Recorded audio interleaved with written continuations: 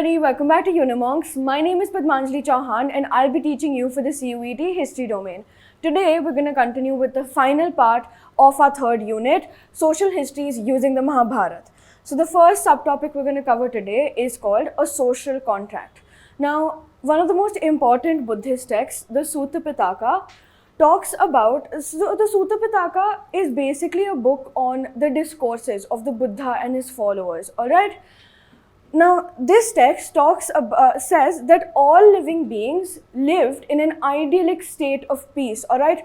An idyllic state of peace in the sense that they all minded their own business, okay? They took from nature what they required and then they went on with their day, okay? But because of gradual deterioration of human nature, right? We've seen this happen time and time again, right? Human nature sort of predisposes a person to become vindictive and greedy, right? Can't ever remain in that peaceful state, have to have some sort of thrill in life, right? So human nature, because humans became vindictive and greedy, this led to the question of wanting an elected leader. The people would elect their ruler, okay? He would sort out the situation, okay? He would make everything right again, and then the world could come back to its previous state, alright? Everybody could go back to being their own people, being their own masters, alright? Now, this reveals the recognition of the human agency to create and institutionalize economic and social relations, correct? Right? This recognizes that we as human beings have the ability to consider, to want to institutionalize, formalize an economic state, a social state, alright, for our own betterment, correct? Now, this by no means was supposed to be a permanent solution. Alright, let's get that straight. Nobody, not the Buddha nor his followers, nobody said that this was supposed to be a permanent solution. Once the ruler, once the elected person could brought back the world to its normal conditions, to its peaceful conditions, they could change it back. They could change it in the sense that they could all start living as equals in the society. Alright? Okay, now, the next part, this is a very important part, this is where we start analyzing the Mahabharata, alright, how the text itself by V.S. Sukhthankar and other historians, how it was analyzed, right? How did they divide the book, how did they understand the book, the message of the book, alright? So several elements were considered while analyzing the text. Number one, the language that was used, okay? So Sanskrit was used for people of the ruling elite, right? For the Brahmins and the ruling elite who knew how to speak Sanskrit, how to read Sanskrit, correct? Whereas more vernacular, probably, or more daily used languages like Pali, Prakrit, and Tamil were used for the ordinary people, alright? To make them understand the text of the Mahabharata, the stories of the Mahabharata, alright? Now, apart from this, the kind of text that was used, okay? It could either be mantras for ritual practices, okay? I write it over here, down here. Mantras for ritualistic practices, or they could be stories for the general masses to understand, alright? Stories like sort of like moral science stories, right? Stories for the people to learn from, alright? Now, not just this. Apart from this, the author's perspective and the audience that he was intending to give the book to, or his intended audience, are also a very important part of analyzing the Mahabharata, correct? Some parts, like Sanskrit books that were meant for the Brahmins and the ruling elite, they probably had different messages, slightly different messages, correct? And most importantly, we've talked about this previously as well, the date and place of the composition and compilation. Sorry. This is important because, as I told you previously, because of this, regional variation takes place, right? Because the date, the time at which the book was composed, right? that depends based on the social realities taking place on that time, correct? That is how, based on the things that are happening socially, economically, that's how the book will differ, correct, throughout the centuries, okay? Now, only after the analysis of these texts, of these elements, is the text properly understood, okay? And because the text was analyzed like this, let's go into how the different parts, how we've divided our understanding of the Mahabharata into different parts. Number one, language and content, okay? Sanskrit was used in the Mahabharata, the Sanskrit that was used in the Mahabharata was far simpler than the Sanskrit used in other texts like the Vedas, okay, and the Prashastis, okay? It was much, much easier to understand for the general masses, correct? Now, the contents of the text were divided under two heads. Number one is narrative. Narrative had stories, okay?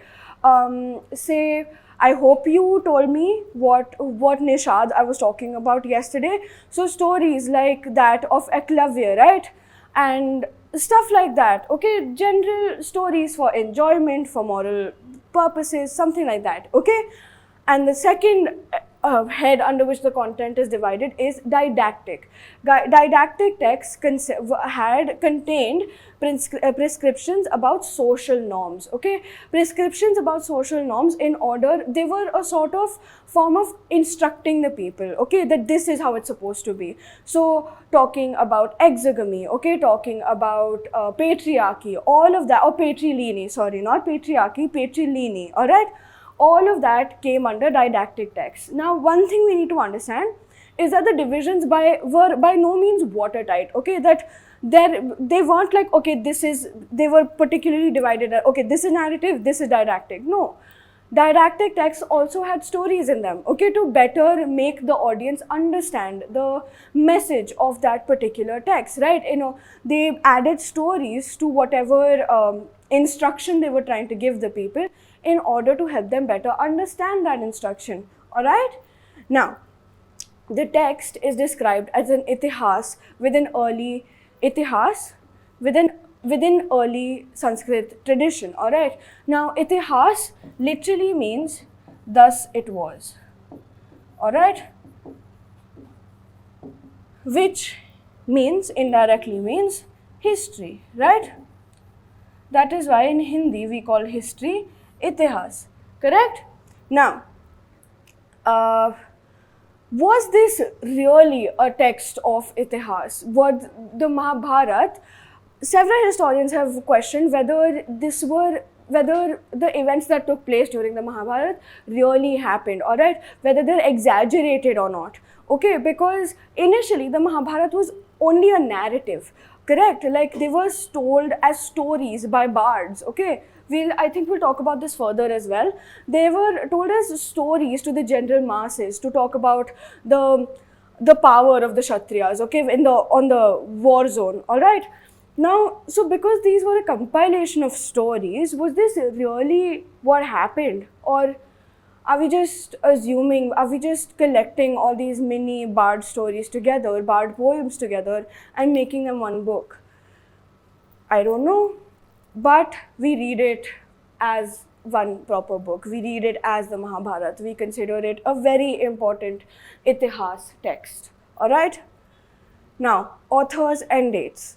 As I told you previously, I was talking about it just now actually. The original Mahabharata started as a composition by charioteer bards called sutas, all right? And these were circulated orally in the form of poems, okay? Mostly in the form of poems, sometimes stories as well. Now, they were composed in celebration of the victories and achievements of the Kshatriyas at the battleground, okay? In the 5th century BC though, the Brahmins took over and committed to writing these stories, okay? These poems, they couldn't just be oral tradition, right? They had to be written down, and the Brahmins took it upon themselves to do it, okay? This is also the time where we see the kingdoms of Kuru and Panchal coming up, okay?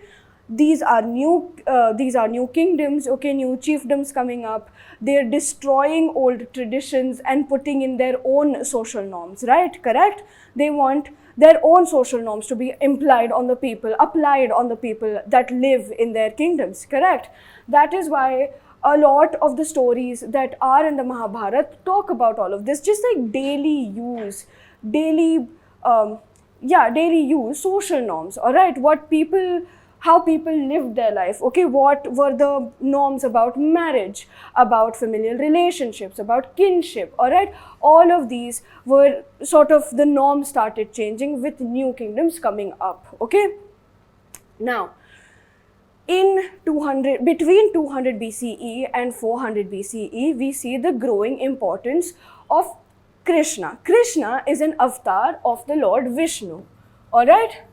Now, when we read the chapter on Buddhism, we're going to talk about Vaishnavism and Shaivism also coming up, all right? So, because Vaishnavism and Shaivism are sort of cults, you have different avatars of the Vishnu being celebrated, being prayed to, okay, being devoted to in different parts of the country. Now, Krishna was prayed to in Mathura, correct? So, the stories that he talks about, the stories of Krishna, okay, how he portrays his message to Arjun, to Yudhishthir, right? Everybody, he was helping out the Pandavas, right? How he portrayed his stories, these were added in the didactic sections of the book, okay, of later versions of the book, okay? The text that was initially 10,000 verses, sorry, that was supposed to be a comma, 10,000 verses became 100,000 verses, 1,00,000 verses, all right? This is what I was telling you about when we said that the date and the place of compilation matters, right? Of composition matters. Because throughout the centuries, as traditions change, more traditions are added, okay? More stories are added to sort of solidify those traditions, all right? This composition of the 100,000 verses has been attributed to a saint called Vyas, all right, or Ved Vyas. Okay, now the search for convergence. How have historians tried to make the Mahabharata converge with the realities of today? Okay, how we try to converge the realities of the Mahabharata, what happened there and what happens now, okay, trying to understand the relationship between these two ideas, we're going to figure out in this part, okay. Now, in 1951-52, archaeologist B.B. Lal excavated a village called Hastinapur near Mathura, okay. Now, the Hastinapur near Mathura that he excavated falls on the Ganga Doab, okay. I think I have a map of Hastinapur. Now, it follows, as you can see, on the Ganga Doab, okay. And this is a map. I used it in the Mahajanpads chapter as well. The Kurus, their capital was Hastinapur, correct? Now, so the people were trying to understand, the historians were trying to understand whether this Hastinapur and the Hastinapur of the Kurus were the same place, okay. So, what do you do in order to understand if they're the same place or not? You start excavating, you start digging for artifacts, okay, that can prove whether they were the same places or not, okay. So, 5 occupational levels were discovered after the excavation of Hastinapur. The second and the third level of excavation are the most important to us. They give us the most amount of details, all right. These two levels belong to circa 12th to 17th century BCE. Now, I'm going to read out what B.B. Lal said about the area that he excavated. Okay, I'm using the NCERT textbook. You can use it as well to better understand this. Okay, so now B.B. Lal, when he was excavating the second level, he said that within the limited area we excavated, no definite plans of houses were obtained, but walls of mud and mud bricks were duly encountered. Okay, the discovery of mud plaster with prominent reed marks suggests that some of the houses had reed walls. Okay, so walls with like sort of like something like this. Okay, like reed is basically hay. So these hay marks, okay, were found on these walls. Okay, now when he started excavating the third phase, this is the following description. The houses of this period were built of mud bricks, okay, as well as burnt bricks. So a sort of more advanced level, okay. Now, the soakage jars and the brick drains were used for draining out refuse water, while terracotta rings may have been used as both as wells and drainage pipes, okay. Oh, sorry, drainage pits, okay. Now, this is a very technical description of the Hastinapur that was found. But in the Mahabharata, the description of the Hastinapur is a little more different, okay? It's a little more grandiose than what we have found, okay? The Adi Parvan of the Mahabharata gives a small description of the city. It says that the city, bursting like the ocean, packed with hundreds of mansions, displayed with its gateways, arches and turrets, like massing clouds, the splendor of the great Indra city. Okay, so this is a slightly exaggerated view of the city, right? They're talking about arches and they're talking about gateways, but nothing like that was really discovered, correct? So is it really the same place that the Hastinapur of the Kurus and the Hastinapur that Bibi Lal excavated, are they both the same place? Because their descriptions don't seem to match really well, right? I don't know. Okay. Another instance of trying to converge in the search of convergence is Draupadi's marriage to the Pandavas. So one Draupadi married the 5 Pandu brothers, okay. This suggests that polyandry was prevalent at the time, at least among the ruling elite. But the opinion about this changes through the centuries in the various texts that were written, okay.